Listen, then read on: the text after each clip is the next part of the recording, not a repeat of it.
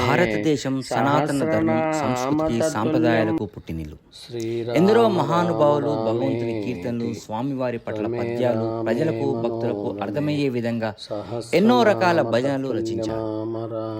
గానం చేసి అందరికీ అర్థమయ్యే విధంగా భగవంతునికి, భక్తునికి అనుసంధానంగా వారు ప్రయత్నించి విజయం సాధించారు.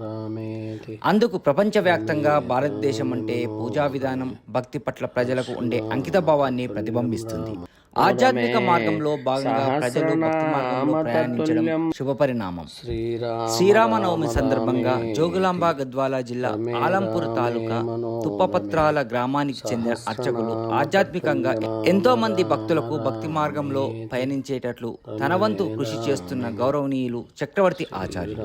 శ్రీరామనవమి సందర్భంగా రాముని పట్ల వారికి ఉండే భక్తిభావం ఇంతా అంతా కాదు. బియ్యపు గింజపై శ్రీరామనామాన్ని గత 10 సంవత్సరాలుగా రాస్తూ శ్రీరామనవమి సందర్భంగా రాములవారి కళ్యాణంలో ఆ అక్షింతలు స్వామివారికి సమర్పించడం ఆనవాయితీగా మారింది. సుమారు 35,000 బియ్యపు గింజలపై శ్రీరామనామాన్ని వ్రాసి తన భక్తిని చాటుకున్నారు. అలాగే భక్తులందరూ, ప్రజలందరూ సుభిక్షంగా ఉండాలని కోరుకుంటూ ప్రతినిత్యం భగవన్నామ స్మరణ చేస్తూ అందరూ బాగుండాలని కోరుకుంటూ ఈ కార్యక్రమాన్ని ప్రతి సంవత్సరం చేస్తూ వస్తున్నట్లు చక్రవర్తి ఆచార్యులు తెలియజేశారు.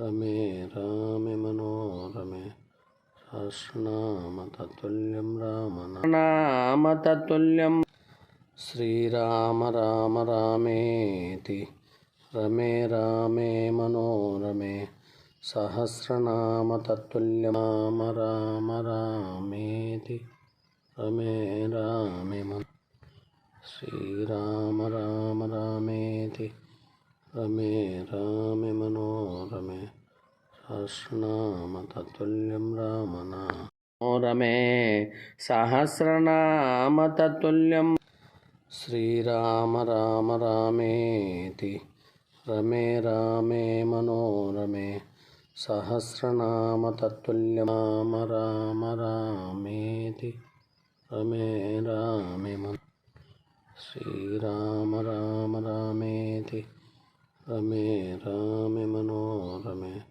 సహస్రనామతతుల్యం రామనామరమే సహస్రనామతతుల్యం శ్రీరామ రామ రామేతి రమే రామే మనోరమే సహస్రనామతతుల్యం రామ రామ రామేతి రమే రామే శ్రీరామ రామ రామేతి రమే రామే మనోరమే సహస్రనామద్విరదవక్రాద్యపారిషద్యపరసటం విఘ్నం నిఘ్నంతి సతతం విశ్వక్షేణం తమాశ్రయే.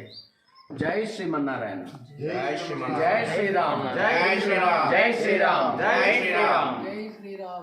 ఐజ మండలంలో ఉన్నటువంటి మజిరా గ్రామమైనటువంటి తుపత్రాల గ్రామంలో సీతారాముల వారి యొక్క కళ్యాణోత్సవంలో భాగంగా ఈ యొక్క సీతారాముల వారి నామాన్ని బియ్యంపై రాస్తూ మరి మా గురువుగారు చెప్పడం వల్ల ఈ రామనామం ఎంత పవిత్రమైందో గురువుగారు చెప్తూ ఆ రామనామాన్ని బియ్యంపై రాస్తే నీకు మంచి సద్బుద్ధి కలుగుతుందని చెప్పి మా గురువుగారు నిర్వచనం ఇవ్వడం జరిగింది.